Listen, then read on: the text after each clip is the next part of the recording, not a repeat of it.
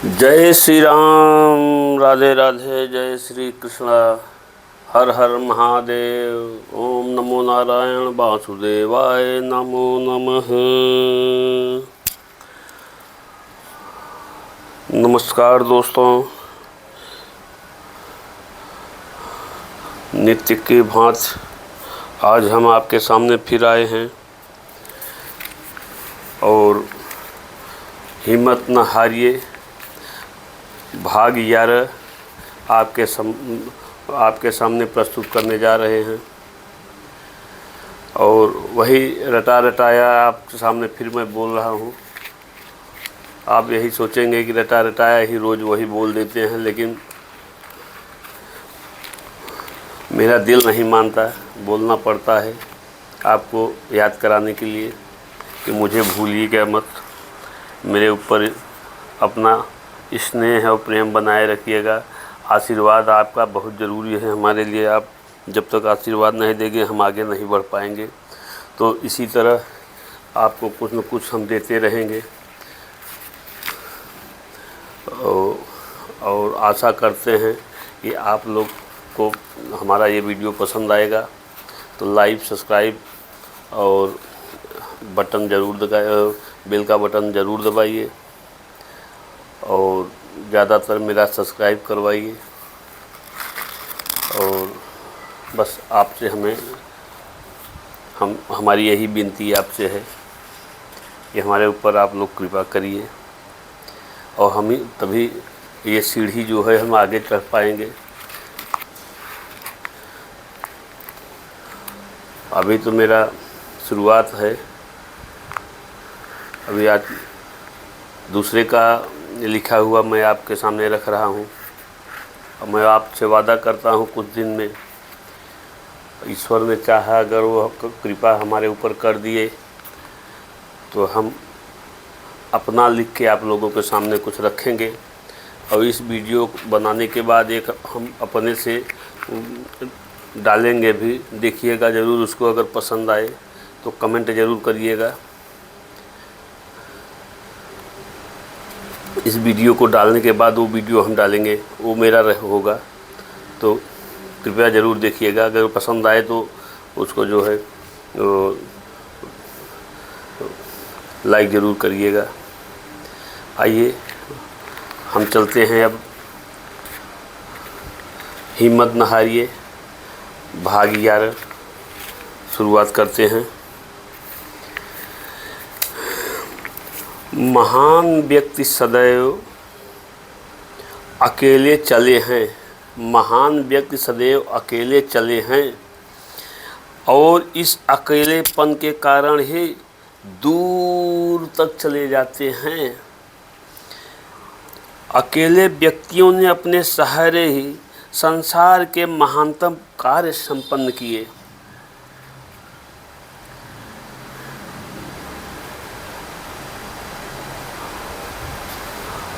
अकेले मदन मोहन मालवीय अकेले बीड़ा उठाए थे तो इतना बड़ा विश्वविद्यालय खोल दिए बनारस में।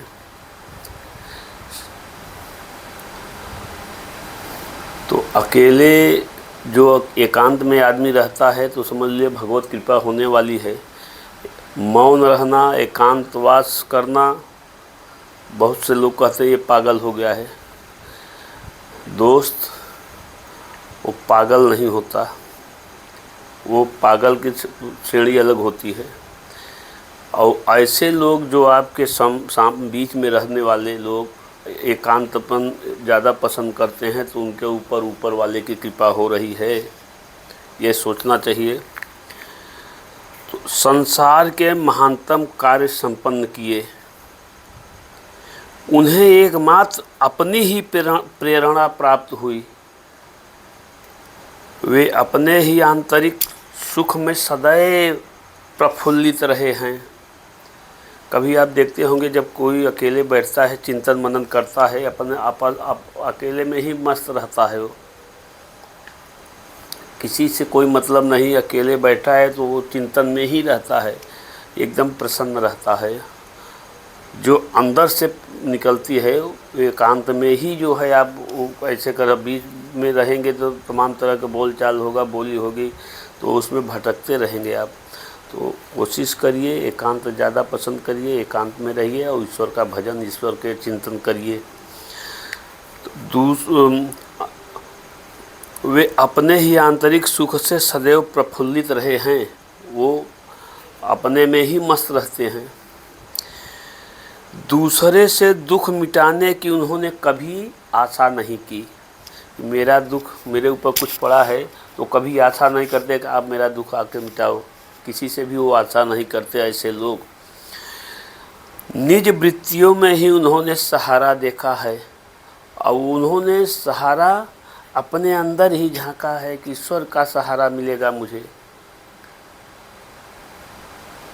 सबसे बड़ा सहारा ऊपर वाला है। ऊपर वाला अगर सहारा वो अगर छोड़ दे, कभी आपने रामायण में देखा होगा, कभी वो जब नल नील जो है ईंट डाल रहे थे वो समुद्र में, पुल बनाने के लिए, तो उसमें जो है ईंट पत्थर पे राम का नाम लिखा जाता था और तभी जो है वो पत्थर उसमें तैरता था। तो भगवान राम ने कौतूहलवश एक पत्थर डाला, वो डूब गया। तो उनके साथ जो थे, तो भगवान राम से पूछते हैं कि भगवान, ये नल नील एक तुच्छ बानर पत्थर डाल रहे हैं आपका नाम लिख के, और वो जो है उसमें तैर रहा है और आप डाल दिए, छोड़, वो डूब गया।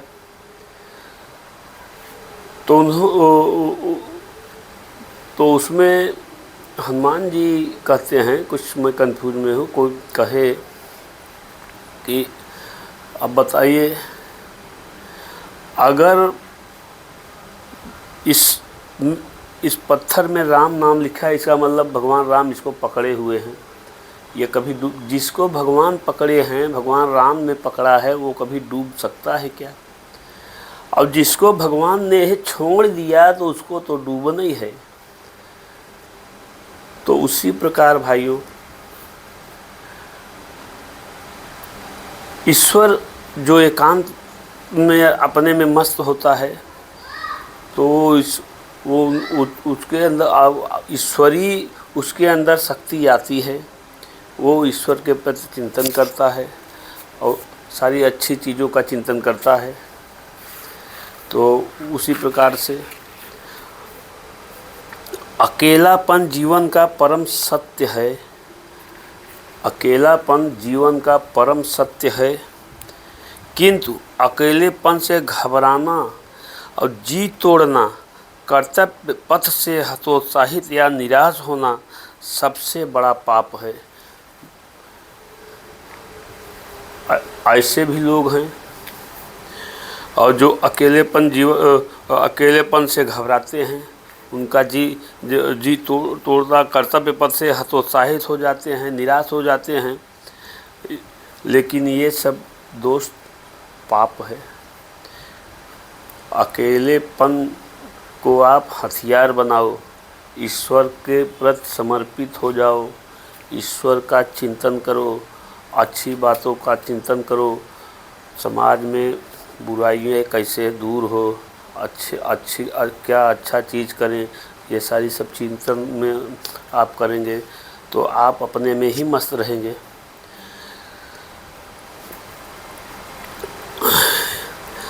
अकेलापन आपके निजी आंतरिक प्रदेश में छिपी हुई महान शक्तियों को विकसित करने का साधन है। कभी आप अनुभव करिए एकांत में बैठ के, तो एक दिन से नहीं, लगातार आप ऐसे करिए, ईश्वर का भजन वगैरह अच्छी चीज़ों को सोचिए, तो आप देखेंगे कि आपके अंदर एक अलग ढंग से शक्ति जागृत होने लगती है। वो आपके अंदर अनुभूत होने लगेगा। तो अपने ऊपर आश्रित रहने से आप अपनी उच्चतम शक्तियों को खोज निकालते हैं। दूसरे के ऊपर आश्रित न होके अपने ऊपर आश्रित होके, ये सब सारा किसमें है? एकांत, अकेले में बैठना, चिंतन करना, ये सारा चीज़ इसी में समाया हुआ है। और अब इसको देखिए, दूसरे को अपने जीवन का संचालन बना देना ऐसा ही है जैसा अपनी नौका को ऐसे